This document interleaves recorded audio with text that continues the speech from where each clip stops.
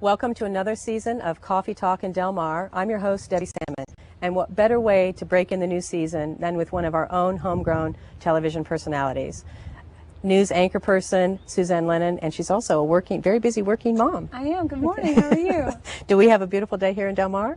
You know what? We couldn't ask for better. I know we complain about housing prices and things like this, but it's hard to complain when you look at this, You know, in the intro, I think I actually said you were homegrown, but in fact, that's not true. You're not really from here, although you have lived here for about the last 5 years, I understand. So maybe you want to tell us a little bit about some of your earliest childhood memories of the area. Okay, well, I think there's a bumper sticker that says something like, I wasn't born here, but I got here as fast as I could. That's basically what I did. When I was very young, at the age of 6, I was showing at the Del Mar Horse Show. I rode horses. I started riding when I was, showing at 6. Well, okay. And that was back. This is how long ago it was. I don't want to age myself, but it's the truth. So we used to ride our horses from the racetrack underneath the bridge and go to the beach with the horses, and the horses were able to go in the water. Oh, wow! Every girl's dream. Yeah, it was just the best. So I showed at Del Mar, and I also showed in Rancho Santa Fe. We stayed at La Jolla Beach and Tennis Club since I was a little girl. In fact, my mom has stayed there since she was a little girl. Oh, wow. So okay. She even claims that Robert Wagner was a lifeguard there, which we have not been able to confirm yet. But maybe it was just her childhood dream. But so we've been here summers our whole life. Seen a lot of changes then. Yeah. Oh, absolutely. Yeah. I wish I would have bought property here back then when I was 6. Right, before the rocket ship took off. Exactly. Right, exactly. Well, so from your horse riding days on the beach, then the arc to successful journalism. We now sort of trace some of the adventures there. Okay, well, it's a big span, but basically I rode horses for a long time until I discovered sports and boys, and then I dumped the horses until I was about 16, but showed competitively all over until I was 16. Basically, when I was in college, I had a college professor who said to me, Susan, you got to get on the ball here. You've got to come up with a focus. We know you have talent. The potential line came up a lot. You have a lot of potential. You just need to direct that. But I was just, I was enjoying college, as a lot of people do. Exactly. So he said, you don't look bad. You have a good voice. You love to speak. You're in theater already. Would you consider being a television news anchor? I thought, well, that would be cool. I'd love to. I love to read. I love to talk to people. I always felt like I was interviewing people because I love to know about people. So I went and I got an internship at a television station, and I watched someone do the news. And the minute I watched them, I just knew I was going to do it. And so I turned all my focus to journalism. Ended up. Okay, but you don't start as a news anchor. That's kind of the apex, isn't it? That's the top of the food chain a little bit. You do a little time in the trenches. A lot of time. My first job, I was a camera for a cooking show. And it was great because back then, you don't have a lot of money, so you get to eat for free. Once the cooking show is over, you get to eat all the food, So I was the camera on the cooking show, and I was so excited because here I was 19, 20 years old, and I was the camera where if you added something into a blender, it was that boom shot off the mirror. So anytime they get ready to add, I'd be like, okay, here I go. I'm ready. Add the strawberries. And then they'd say, take camera 2, and it was my camera, and it was just the best thing in the world. So I did the cooking show. I ran teleprompter. I got coffee. I worked for free. I did internships at several stations in San Francisco. I really did every job you can do. I was a news writer, and then I was in radio. I did radio morning show for many, many years, and did PBS television shows, and finally put the two together, and ended up getting a great television job down the road. But you're right, I did everything first until I became a full-fledged reporter anchor. My first big television job was in Houston, Texas. So that's how my news career really started. Okay, so that was with the news. Is that the NBC position? The NBC station. I was with CBS for a couple years, then I was wooed away by NBC, which was great. You know, there are times, and I tell, we have so many great young girls that work on our television station that are 23, 24, and say, you know, how did this happen? There's discouraging times. There are times when people tell you have no talent, you're never going to make it. You get a dream job, and 3 days later they say, you know, it's not working out for us, you know. And then you cry, and then you get it back together, and you go, you know what? I'm not going to let this big guy down the hall tell me that I'm never going to have a job that I've always dreamed of having. I'm just not going to do it, you know. So it's really the fortitude that you muster up. You've got to stick with it, because if you love it, in most cases, if you really love something, you're pretty good at it. Yeah. And I really loved what I was doing, and I still do. I feel so lucky doing what I do every day. It's so fun. That crazy business. It's a crazy business, and you know, when I started doing, you know, pretty hard news, I was a street reporter. I covered fires and murders and shootings and pretty hard stuff. And then I traveled a ton, but I was single. I had no kids. So I traveled the globe doing all kinds of wild stories. What a great experience it was. But the beauty of it all is now I've gotten to come back where I consider home, to San Diego, and have my family and work at KUSI in the mornings very early. My kids barely even know I work, except when they wake up, they can see me. But you know, KUSI has been so kind to allow me to do that morning show and then come home and spend the rest of the day and the night with my family. Well, that was actually one of the questions I had for you, is how you mesh that schedule, the crazy television schedule or a broadcaster schedule, with a family. Yeah, because, you know, the hours are what? I mean, people see you at a very different hour than when you're there doing the news, or do they see you, is it real time? Well, I get up at 3:30 every morning, Monday through Friday, and it's early. There's no question. But you know what? There's a lot of us. You look at the other television stations, the other morning shows. I think all of them have kids, and so we, you know, a lot of us do it. I'm by no means the only one. But I wake up at 3:30 in the morning, and I go in, and I'm usually done by about 10 in the morning. My old schedule, when I was first with KUSI, when I came here from Houston, I was the evening anchor. I did the 6 and the 10 p.m. news. But I was gone from my family from 2 in the afternoon until midnight every day. No bath time, no stories, no dinner with my husband. I missed a lot, yeah. I missed everything. And so I feel like, you know, I made the sacrifice in my sleep and sometimes my sanity, having to get up when I used to come home at night, you know.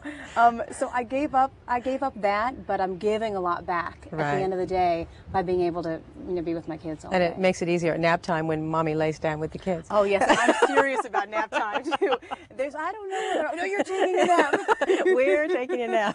The whole house is going down right now.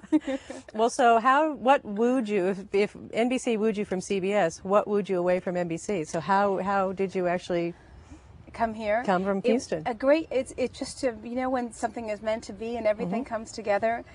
I was in Houston, and I loved my job, and I loved the people I work with. So many opportunities, and I had great friends, and I really, you know, people think, how can you love Houston, Texas? Well, I did. I love the people, I love the food, we had great sports, we had great nightlife. The city is not the prettiest thing on the planet. I mean, the bugs are like this big, you know, and it's hot, but I loved it there. I was very happy. The owner of KUSI happened to see me. He has Houston roots. He's a Texan. Oh, okay. He happened to see me, contact my agent, say, would Susan Lynn ever consider coming to San Diego? At the same time, I met my husband covering a trial. He was a federal prosecutor, and I walked into a courtroom to cover a trial. He was the lead prosecutor in the case, and we met during jury selection. The joke by his team of investigators was, yeah, we're trying to pick a jury, and Mike Atanasios passing notes going, who's that girl in the back? So we met. He's a San Diegan. He went to Grossmont High School. His father and mother live here. He always dreamed of coming home, So we fell in love. We were going, okay, well, I kind of want to come back home and see my family. I have family here in San Diego, and now my parents have moved here too. And so when I got the offer, I just thought, you know, perfect. Too easy. Too easy, yeah. It's like a Cinderella story almost. I was very lucky. Yeah. Although I did hear you mention a few of the bumps, so I'd like to go back to some of those kind of hard times. So one of the things that really fascinates me is the crime scene reporting. So that must have been a little bit tough to sort of go and be called out and see some of those grisly things or whatever, and have to do research on that sort of stuff. What was that like? Well, you know what? It's heartbreaking. You know, you feel you can't feel the exact pain of these mothers and fathers sometimes who have lost their kids, but you know, I would cover something that happened that was so horrible, and you just get so, you're so sad, you know. But then you also have to realize, listen, I'm trying to be objective here at the same time. Now that I'm a mother, it's even harder. You know, sometimes you report on a story and you just have to do everything you can to get it together so you can go back on camera and do your job and be a professional. But I had to go out and cover a lot of really, really sad things.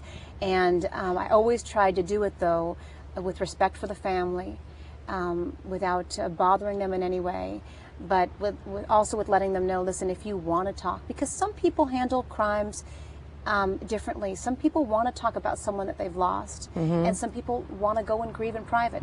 And I always felt like, as reporters, we need to give them that choice and to give them their distance, but let them know that if it's something, if there's anything, you know, that we can do, that we're there. So I don't miss covering a lot of the sadness, you know, firsthand. I'm an anchor now, so I still, you know, I still report on the news. I still read the news, but that's one part that I don't miss. Yeah. I did one, actually I went to cover the Albanian refugee crisis, and I was in Macedonia for 3 weeks. And, you know, you think there are issues here. I mean, you travel there and you see small children in these tent cities, you know, with no home and no toys, and, you know, just batting around an orange, you know, and that is their one toy, and going day to day and seeing those camps and seeing those kids gives you a lot of empathy, you know, for people around the world. And I was able to do a lot of those stories as well. So how do you approach mustering the facts to create empathy without creating bias? Because I think that's one of the issues, that must be an issue in terms of reporting news. Or you know, you're not supposed to. You know, you're really supposed to report the facts, what the police say happened, what both sides of the story are. You just have to do your best, because it's not about us. You know, it's really not. You're the vehicle. I'm the vehicle to get the information out there. It's not how I feel about this person or this person. It's what the facts are, and then it's up to the viewers to decide what the story is, or they can come up with their own opinion on one side or the other. Okay, well, I want to take a short break, and we'll come back because I want to hear a little bit more about some of the upbeat side of being a news anchor. Okay, good. So why don't you stay with us? We'll be back with more of Coffee Talk after the break.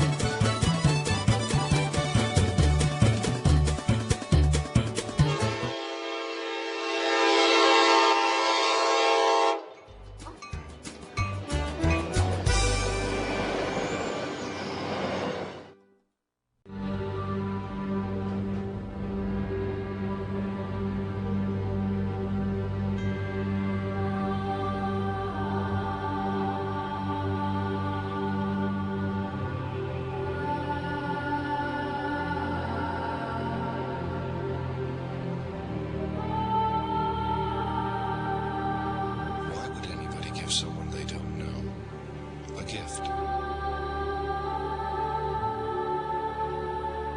They do it because this gift saves lives, and the need for it is desperate. We need over 20,000 people to give this precious gift every day. Please give blood. There's a life to be saved right now. Call the American Red Cross at 1-800-GIVE-LIFE. Did you know knowledge is the key to stopping the spread of AIDS? Yet millions of children are missing in education, missing their teachers who have died of the disease, missing from class as they stay home to care for their dying mothers and fathers. Children are missing your support. Unite for children. Unite against AIDS. Welcome back to Coffee Talk in Del Mar. I'm your host, Debbie Salmon, and I'm joined by Susan Lennon, anchor person at KUSI. Now, we were talking before the break a little bit about your credentials, I guess, or your history in crime reporting. So tell me a little bit about anchoring the news and how different that is from being a reporter on the street. Well, I believe that to be a good anchor, you have to have reported for some time and to be a good reporter. I think that when you're up there and you have all these reporters out on the field, you need to know what they go through to get that story to you. You need to know what question to ask, how to handle them from the anchor desk. Being an anchor is pretty much just what it says. You are supposed to be the anchor of the organization and bring everything together. And you know, we don't get paid for when things go well. You know, we get paid for when things just go crazy. When the prompter goes down and the live shot goes down and you're sitting there and your producer, who you'll call a bunch of names later, doesn't tell you where to go, and you're sitting there and you have to make it seem like nothing is wrong. That's what we get paid for, is to make it look seamless, because if people at home don't know anything has happened, then really you've done your job. Oh, wow. Okay. So so do you have the little earpiece and sort of someone's talking to you and Always. This is happening, Yes, and Jason. you're just sitting there totally Jason calm. constantly is talking in my ear. I mean, he talks solidly for 3 hours. By the time Friday comes, I go, Jason, I need another man to be talking into my ear for a couple days, okay? Because I'm tired of you. Going home to see my husband. I'm going to go. I need to just get away from you. But yeah, it's they help. Are you kidding? The staff, you know, our executive producer, Chad, Jason, our producer, there are just so many people behind the scenes that aren't on television, that probably don't get much of the credit and definitely don't get much of the money, do an amazing job. So a lot of the writing and reporting, researching is done by a group of journalists, and they feed things to you, and then you kind of make decisions or encapsulate that into the bites that become the anchor news. Pretty much, it's written, and then I take a look at it. You know, it's 3 straight hours of news, so it's hard to look at everything, but we try to look at everything. And so we do have writers and we have reporters. One thing about our station is we have really seasoned reporters, guys that have been on the air, women that have been on the air doing television news for 20, 30 years.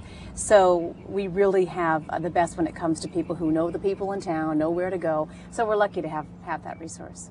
Now, you mentioned guys and gals in this business. Has there been a trend or a change in the number of women in broadcasting, say, since you started in radio? It seems to me, I mean, my childhood memories are there was always a pretty gal who did the weather, and it was the guys that sat up there and kind of told us the real facts, you know, the trusted faces. Yes, absolutely. I mean, we have, you know, you look at our anchor team, you know, with Kimberly Hunt and Paul Bloom and Michael Tuck. I mean, Kimberly Hunt is just as experienced, just as smart. I'll tell you, there's nobody who works harder and researches more, a true professional. So there's none of that at our station. I know what you're talking about because I started a long time ago in this business when I was an intern, and I'm sure, did you see Anchorman? Yeah. Okay, I worked in that kind of scenario. So we have come a long way. But women deserve it. We've earned it. We've worked really hard for it. We've been right along with them in the toughest of stories. Yeah, well, I like the fact that you encourage younger women particularly. I mean, I'm supposed it's open to men as well, but just to think that there is a future, you know, in this business for our gender, as long as they can get through the internship and the sort of the bumps and things at the beginning of the road. And the low pay, it's tough. You know, it's not for the faint of heart. It's really tough. But I really made a point every time I have an intern that comes into our station. You know, if there's anything I can do to help, or if you want any advice, you want anything, you want me to look at your tape, whatever, I've always done that, because when I was very young, I worked at a station where a woman was not very nice. She was mean, and she was jealous, and she wouldn't give me the time of day. And I thought, do I want to look like that? Do I want to be like that? No, I don't. And so I'm blessed that when the interns can move on, they can write me a letter and say, hey, I got my first job in Lubbock, Texas, and, you know, I'm making $12,000 a year, and thank you. That's a wonderful opportunity. Thank you, it's a great opportunity. But I'm sure it is. I'm sure it is, and I'm sure that helps them a lot to get a good start. Now, you are a celebrity, so, I mean, there's no doubt about it. So how does being a celebrity actually impact your life? I honestly do not think of myself as a celebrity. I'm sure you don't, but other people do. And I think, and it must affect you. But I think that's the number one thing. I don't think of it.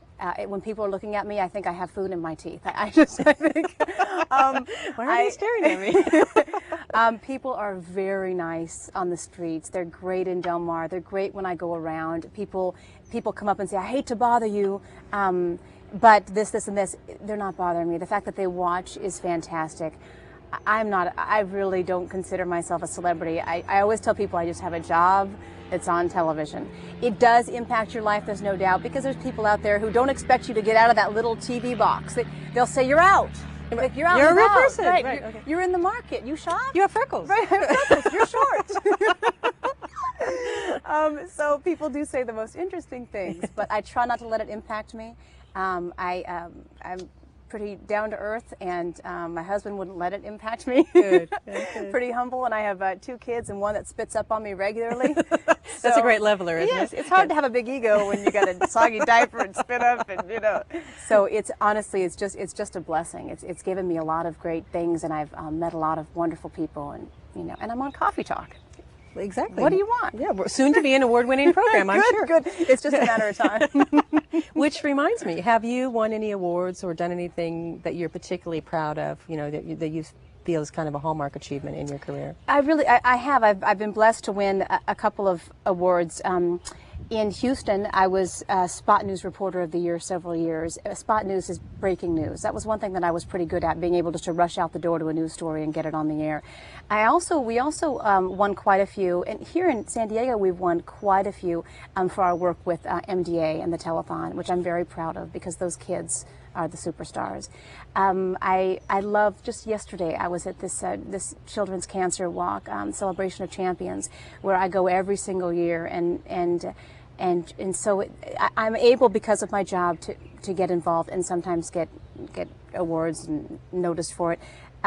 We did a series when I was in Houston. I traveled to Bosnia and the Arabian Gulf, Persian Gulf, and also we went to one other place. But anyway, we were at military bases, and we chronicled Houstonians who were in the military in peacekeeping missions. Oh, we were along the Kuwaiti border. Oh, okay. So there was 3 stops, and we came back and did pieces. And what we would do is we would get a video of the service members in the field, in the trenches, you know, in the sand doing military operations, to say something to their wife or to their daughter, or to do a greeting, and then we'd bring them back and we'd play them, and then we'd have the story of the woman seeing her husband in his element, you know. And so we received several awards for it was a 3-part series on peacekeeping missions in the Middle East. That's a guaranteed heart wrench, isn't it? It was so special, and for me to be able to travel there, to land in Bosnia, to land at the Tuzla Air Base, and try to land 3 times but not be able to, and to have to sit on our flak jackets because they were worried about ground fire.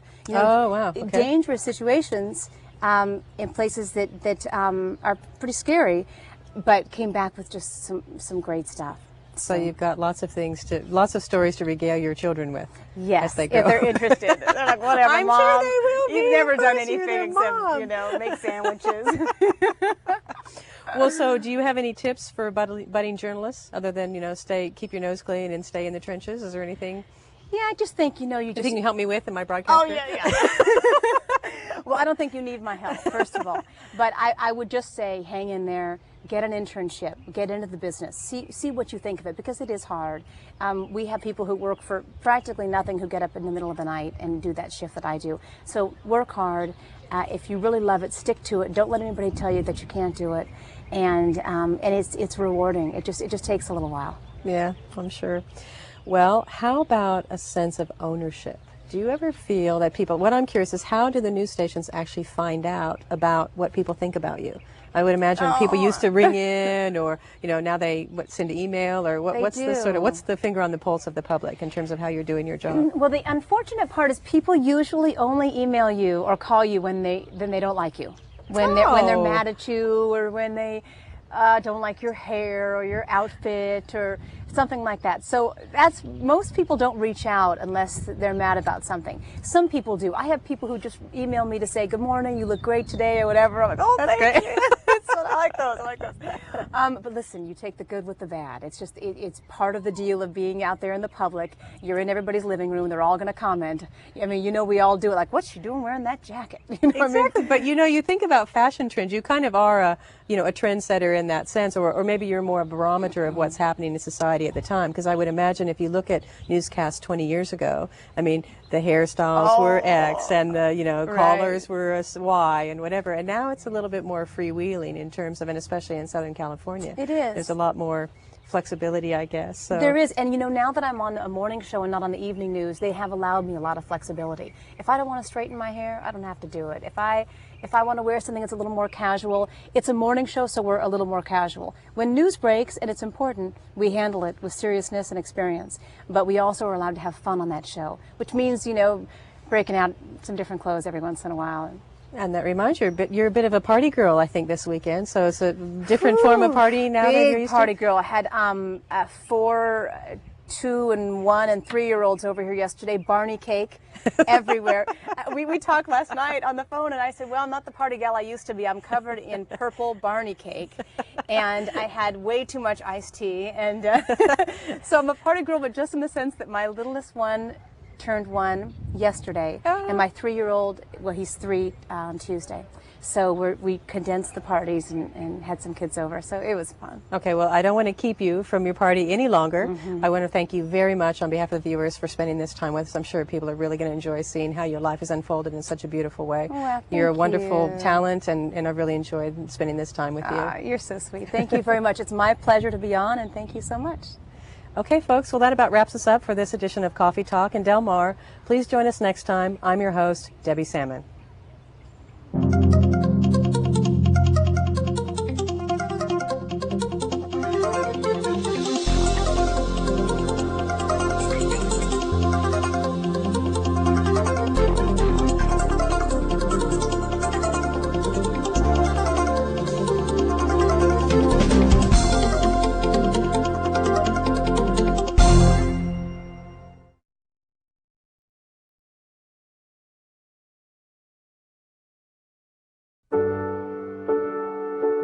There is a place where a total stranger will give you their blood. A place where someone you never knew will save your child from drowning. Where a person who doesn't look like you, talk like you, or dress like you will give you shelter after a flood. That place is called America, where we look out for each other. When you help the American Red Cross, you help America. Did you know a child is orphaned by AIDS every 15 seconds? Millions of children are growing up alone, missing their childhood, missing their mother, missing their father. AIDS is devastating families around the globe. Children are missing your support. Unite for Children. Unite against AIDS. An asthma attack can be frightening to your entire family, prompting trips to the emergency room, depriving children of sleep, keeping them out of school. Asthma is serious. It can be deadly, and it doesn't go away. But the disease can be controlled to avoid future attacks. Let your child live an active, normal life without fear. Talk to your doctor or call the American Lung Association at 1-800-LUNG-USA.